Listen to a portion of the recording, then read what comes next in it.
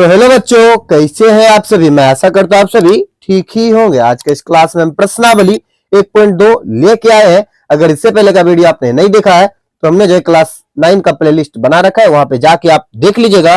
प्रश्नावली 1.2 जो है हमारा, इसमें जो हमें अपरिमेय संख्या के बारे में जानना है। ठीक है, तो हम जो है क्या करते हैं, अपरिमेय संख्या, इससे पहले जो हमने परिमेय संख्या को समझ लिया, ठीक है, और अपरिमेय संख्या को इसमें जो हम समझाने का प्रयास करेंगे। ठीक है, तो ये जो है वास्तविक संख्या का रूप होता है। वास्तविक संख्या का रूप होता है क्या, परिमेय और अपरिमेय। ठीक है, तो हमने जो है परिमेय संख्या को बता दिया है, वो परिमेय हमारा रह गया। इसको हम बताएंगे ये जो है किस किस रूप में हमें दिखेगा और किस संख्या को हम जो है अपरिमेय संख्या कहेंगे। तो इसके लिए हम एक पेज ले लेते हैं, उस पर हम इसको बारी बारी से समझाते हैं। ठीक है, तो आप जो है परिमेय संख्या से परिचित ही होंगे। ठीक है, इसको हम जो है P/Q के रूप में लिखते हैं, लेकिन अपरिमेय संख्या को आप जो है आप इससे परिचित नहीं होंगे, तो हम आपको बता दें कि अपरिमेय संख्या को जो हम P/Q के रूप में नहीं लिख सकते हैं। माने ये जो है हमें किस किस फॉर्मेट में मिलता है वो हम आपको बता देते हैं। ये हमें जो है दशमलव रूप में मिलेगा।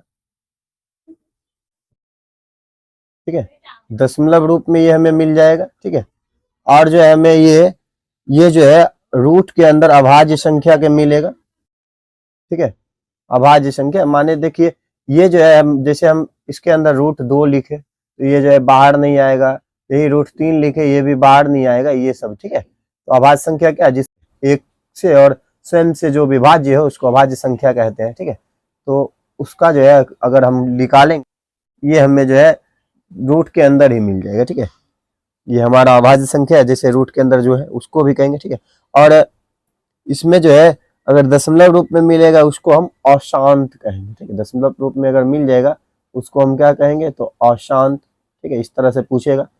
और एक बात बता दे कि अगर आपको जो है पाई कहेगा, ठीक है, पाई, तो पाई अगर कहेगा तो याद रखिएगा ये सब जो है आपको ऑब्जेक्टिव में पूछ सकता है। पाई जो है हमारा क्या है, तो अपरिमेय संख्या है। ठीक है, पाई हमारा अपरिमेय संख्या है। अगर वही पाई का मान जो है दे दिया जाए भले 22/7, तो ये हमारा क्या है, तो परिमेय संख्या। ठीक है, पाई का मान 22/7 दे दिया जाए तो वो हमारा परिमेय संख्या है, क्योंकि इसको P/Q के रूप में लिख रहे हैं। लेकिन पाई जो है एक जो है चिन्ह है। ठीक है, एक चिन्ह है, इसको हम जो है P/Q के रूप में नहीं लिख सकते, इसीलिए ये हमारा क्या है, तो अपरिमेय संख्या। इसको आप याद रखिएगा। ठीक है, याद रख लीजिएगा कि वास्तविक संख्या जो है पिता है, इसका जो है 2 बेटा है, एक परिमेय संख्या, दूसरा क्या है, तो अपरिमेय संख्या। ठीक है, इसको जो हम अगर संख्या रेखा पे देखें, ठीक है, ये हमारा जो है संख्या रेखा पे अगर हम इसको देखें तो यहाँ पे हम 0 लिख देंगे। ठीक है, यहाँ सॉरी 1, यहाँ जो है 2, यहाँ 3, ऐसे 4, ये जो है इन्फिनिटी तब रहेगा, -1, -2, -3, -4, -5, ये तक रहेगा। ठीक है, इसको जो हम क्या कहते हैं, तो संख्या रेखा कहते हैं। ठीक है, ये हम क्या कहेंगे इसे, तो ये हम जो है इसे संख्या रेखा कहेंगे। ये प्रारूप जो है हमने बनाया इसको हम संख्या रेखा कहेंगे। ठीक है, आपको याद रख लेना, इस पे जो है परिमेय और अपरिमेय संख्या दोनों हमें इस पे प्राप्त होता है। ठीक है, संख्या रेखा में हमें जो है परिमेय और अपरिमेय संख्या दोनों प्राप्त होता है। इसलिए जो हमने इसके हमने जो है पिछले क्लास में बताया था कि हम जो है संख्या रेखा पे वास्तविक संख्या को निरूपित कर सकते हैं, माने परिमेय और अपरिमेय दोनों को। ठीक है, तो अब हम जो है प्रश्नावली की ओर चलते हैं, हमें क्या पूछा गया। ठीक है, प्रश्न को बारी बारी से पढ़ेंगे, उसके बाद इसका आंसर देते जाएंगे तो क्या हमें से पूछा जा रहा है। तो देखिए प्रश्नावली के प्रश्न में हमें पहला दिया हुआ है कि नीचे दिए गए कथन सत्य है या असत्य, कारण के साथ अपने उत्तर दीजिए। तो देखिए इसमें पहला क्वेश्चन है, प्रत्येक अपरिमेय संख्या एक वास्तविक संख्या होता है। तो कह रहे हैं जितना भी अपरिमेय संख्या है वो वास्तविक संख्या होता है। तो हमने जब तुरंत बताया कि वास्तविक संख्या के अंदर जो है परिमेय और अपरिमेय संख्या होता है, तो हाँ, या जो है आंसर जो इसका सत्य होगा। ठीक है, तो इसका आंसर हम क्या लिख देंगे, तो सत्य। एक का पहला लिख देंगे क्या, तो सत्य।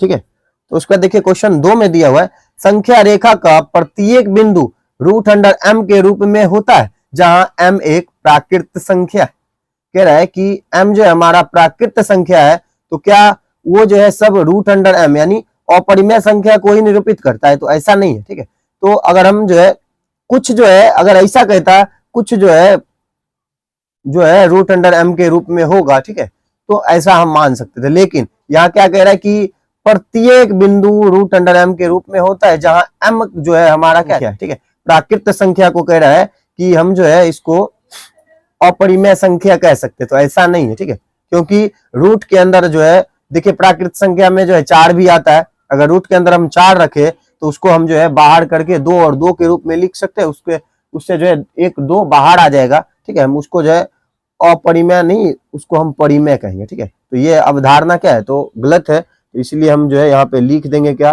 तो असत्य लिख देंगे। उसके बाद देखिए तीसरा में हमसे क्या पूछा है, तो तीसरा में प्रत्येक वास्तविक संख्या एक अपरिमेय संख्या होती है। कह रहे जितने भी वास्तविक संख्या है वो क्या है, तो अपरिमेय संख्या होती है। तो ये असत्य है। क्यों असत्य है, हम आपको बता दे कि वास्तविक संख्या के ही अंदर जो है परिमेय और अपरिमेय होता है, ठीक है। लेकिन यह क्या कह रहा है, वास्तविक संख्या जो है अपरिमेय संख्या के अंदर होता है। नहीं, ऐसा नहीं हो सकता, ठीक है। यहाँ देखिए इसमें अपरिमेय भी होता है, लेकिन इसमें अपरिमेय नहीं होता है, ये परिमेय ही है, ठीक है। तो इसलिए हम इसको क्या कहेंगे, तो असत्य कहेंगे, ठीक है।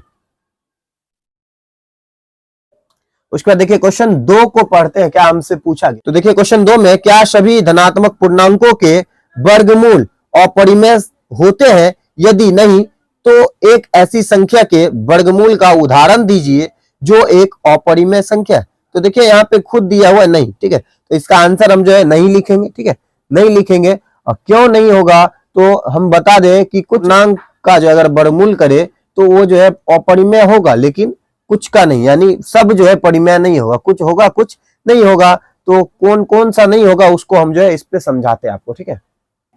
देखिए जैसे यहाँ जो हमें कह रहा था पूर्णांक का उदाहरण देना, ठीक है। पूर्णांक का हमें यहाँ पे जो उदाहरण देना है, तो पूर्णांक संख्या में जो है माइनस और प्लस दोनों का होता है, ठीक है। तो अगर हम जो है यहाँ पे जो है 2 का रूट करें, ठीक है, 2 का रूट करें तो ये जो है बाहर नहीं आएगा, ये ऐसा ही रह जाएगा, ठीक है। उसी जगह पे अगर हम 3 का करें तो ये भी जो है ऐसे ही रह जाएगा। वही अगर हम 4 का करें तो ये इसको हम क्या लिख सकते हैं, 2 गुने 2 लिख सकते हैं रूट के अंदर। इसमें जो है 1 2 बाहर आएगा, तो इसको हम जो है 2/1 यानी p/q के रूप में लिख सकते हैं, ठीक है। जो दर्शाता क्या है कि ये जो है परिमेय संख्या है, ठीक है, परिमेय संख्या को दर्शाता है, ठीक है। तो ये हमारा जो है आंसर क्या लिखेंगे यहाँ पे, तो नहीं लिख देंगे, ठीक है। ये जो है ऐसा नहीं होता, ठीक है। सब जो है अपरिमेय संख्या ही नहीं होता है, कुछ अपरिमेय कुछ परिमेय भी होते हैं, ठीक है। तो चलिए अब हम क्वेश्चन 3 को पढ़ते हैं, क्या हमसे पूछा गया है। क्या रेखा को खींचना है, उस पे जो हमें √5 को दर्शाना है कि वो कहाँ पे है, ठीक है। इससे पहले हम आपको बता दें कि इसमें जो है हम एक जो है आप जानते ही होंगे कि पाइथागोरस प्रमेय, ठीक है।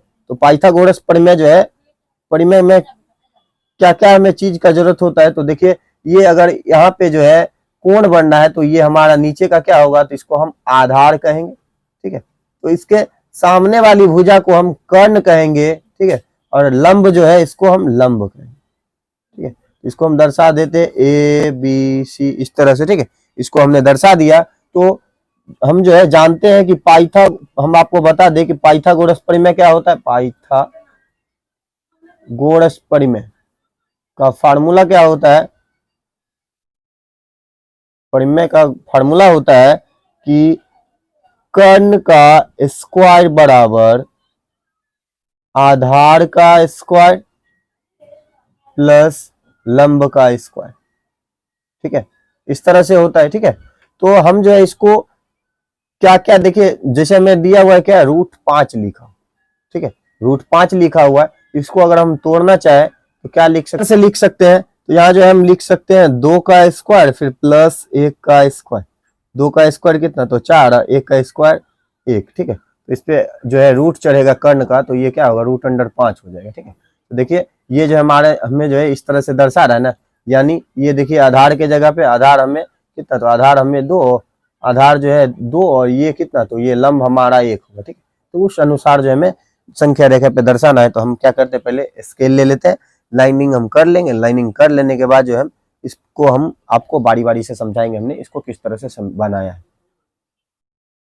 तो देखिए हमने जो है यहाँ पे स्केल से लाइन खींच लिया, ठीक है। तो स्केल से जो हमने लाइन खींच लिया, हमने क्या किया, जैसे 0 से 1 और 2 होता है ना, तो 2 को जो हमने 1 माना, क्या कि बड़ा दिखाने के लिए, ठीक है, आपको जो क्लियर दिखे। तो देखिए हमें जो है नीचे कितना आधार कितना कह रहा है, तो आधार हमें जो है 2 कह रहे हैं, ठीक है। तो आधार हमारा नीचे का है, यानी यहाँ पे जो है हम रख के जो है इस पे लाइन, इस पे जो है हम एक जो है समकोण त्रिभुज बनाएंगे, ठीक है। यहाँ है ना समकोण बन रहा है ना, यहाँ पे भी जो है हम समकोण बनाएंगे, उसके बाद जो है लंब करेंगे, उसके बाद जो है जो जैसे दिया हुआ उस तरह से हम इस पे काम करेंगे। तो चलिए अब हम इसके लिए जो है बनाने के लिए हम क्या करते हैं, चाप ले लेते हैं, ठीक है। तो देखिए चाप को जो है आप बराबर कर लेंगे इस तरह से, ठीक। बराबर कर लेने के बाद जो है इसको हम कुछ अपने से एडजस्ट कर लेंगे, इसको हम यहाँ पे रख के, ठीक है, घुमाएंगे इस तरह से कुछ,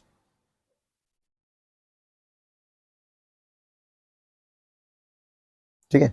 तो इसको ऐसे घुमा लेंगे, घुमा लेने के बाद जहाँ पे देखिए ये कट आया है ना, वहां पे फिर ऐसे करके घुमाएंगे, ठीक है। घुमाने के बाद जो है फिर यहाँ पे हम रखेंगे, ठीक है, इस तरह से।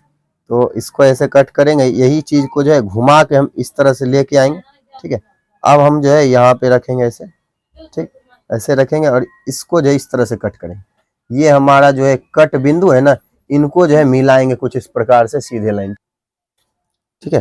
तो देखिए हम जो है इसको इस तरह से मिला लेते हैं। पहले हमने जो इस तरह से मिला लिया, मैं जो है 2 जो है नीचे कह रहा था, तो ये हमारा जो है यहाँ से लेके यहाँ तक की लंबाई जो है कितना, तो 2, यानी ये हमारा आधार हो गया। फिर देखिए ये हमें जो है ऊपर कितना लंब कितना है, लंब हमें जो है 1 है, तो इसको जो है 1 यूनिट पे लेंगे, ठीक है। तो हमने जो है 2 के गैप को 1 माना है, तो यहाँ भी जो है हम 2 का गैप ही लेंगे, ठीक है। देखिए कुछ इस प्रकार यहाँ पे हमें आया है, ठीक है। तो इसको और इसको आपस में मिला लेंगे, ठीक है। इन दोनों लाइन को जो है हम आपस में मिला लेंगे कुछ इस प्रकार, ठीक है। मिला लेने के बाद हम यहाँ से लेके यहाँ तक के मापेंगे, ठीक है। इसका हाइट क्या है, इतना है ना, इनको जो है यहाँ पे ऐसे रख के इसको जो है इस तरह से हम घुमाएंगे, ठीक है। घुमाने के बाद देखिए ये जो कट आया है ना, ये जो कट आया है देखिए क्या है, तो √5 है ना, √5 हमें कह रहा था, यही हमारा √5, ठीक है। 2 से बड़ा ही ना होगा √5, तो ये हमारा जो √5 है, हम यहाँ पे लिख देते हैं कि √5, ठीक है। ये हमारा क्या हो जाएगा, तो ये हमारा जो है 1 हो जाएगा, ठीक है। यही फिगर हमें बनाने के लिए कह रहा था, ठीक। और हम जो है इसको चिन्हित भी कर देते हैं, यहाँ लिख देते हैं A और यहाँ लिख देते हैं B, यहाँ लिख देते हैं C, ठीक है। तो अतः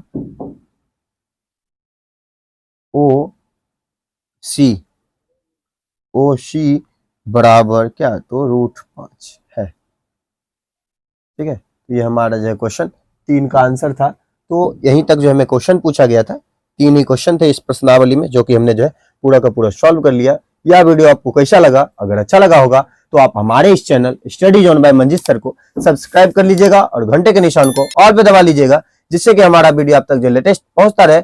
मिलते हैं नेक्स्ट वीडियो में इसी अंदाज के साथ, तब तक के लिए ओके बाय।